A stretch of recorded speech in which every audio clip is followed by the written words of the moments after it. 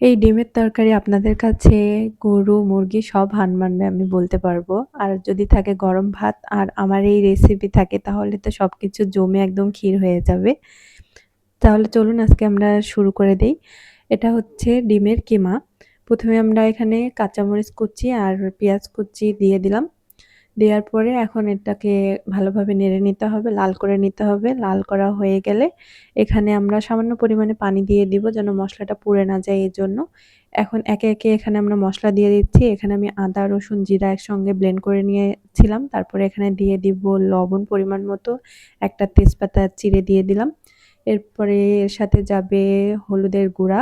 আমি এখানে মরিচের গুঁড়া দিচ্ছি না, আপনারা চাইলে দিতে পারেন। আমার বাসায় যেহেতু বাচ্চা আছে, আমার বাচ্চাও খাবে, এজন্য আমি এখানে অল্প ঝাল দিয়েছি। এখানে গরম মসলা দিয়ে দিলাম।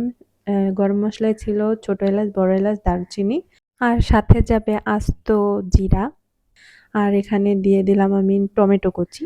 এই সবকিছু দিয়ে এখন খুব ভালোভাবে কষিয়ে নিতে হবে কিন্তু।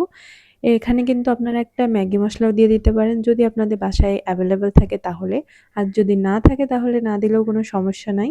আর এই মসলাটা অবশ্য অল্প দিবেন। বেশি দিলে কিন্তু এই রেসিপির যে টেস্টটা আছে সেটা কিন্তু আসবে না। তারপরে এখানে আমি এটাকে খুব ভালোভাবে কষিয়ে নিয়েছিলাম কিন্তু। এই পর্যায়ে কিন্তু খুব ভালোভাবে কষিয়ে নিতে হবে। এরপরে আমি আলুও দিয়ে দিব। আলুগুলো কুচি, কুচি করে নিয়েছিলাম। এখন এগুলোকে আমি দিয়ে দিব। মানে হালকা একটু কষিয়ে নিতে হবে আরকি। তারপরে আমরা এখানে পানি দিয়ে দিব আলুগুলো সিদ্ধ করার জন্য। নয়তো আলুগুলো কাঁচা থেকে গেলে তো তখন খেতে ভালো লাগবে না।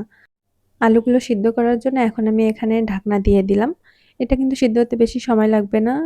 ৩-৪ মিনিটের মধ্যে সিদ্ধ হয়ে যাবে। যেহেতু আলুগুলো কুচি, কুচি করে কেটে নেওয়া আছে আর পাশে আমি ডিমগুলো ফেটিয়ে নিচ্ছি।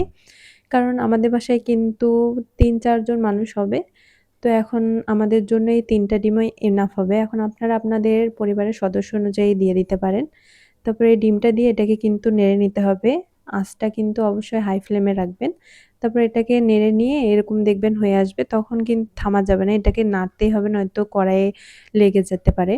এরপরে আমি এটাকে দেখেন কিরকম লাল করে নিয়েছি। আমার মতো যেরকম কালার পছন্দ সেরকম করে নিয়েছি। এরপরে আমি ধনিয়া পাতা ছিটিয়ে দিলাম।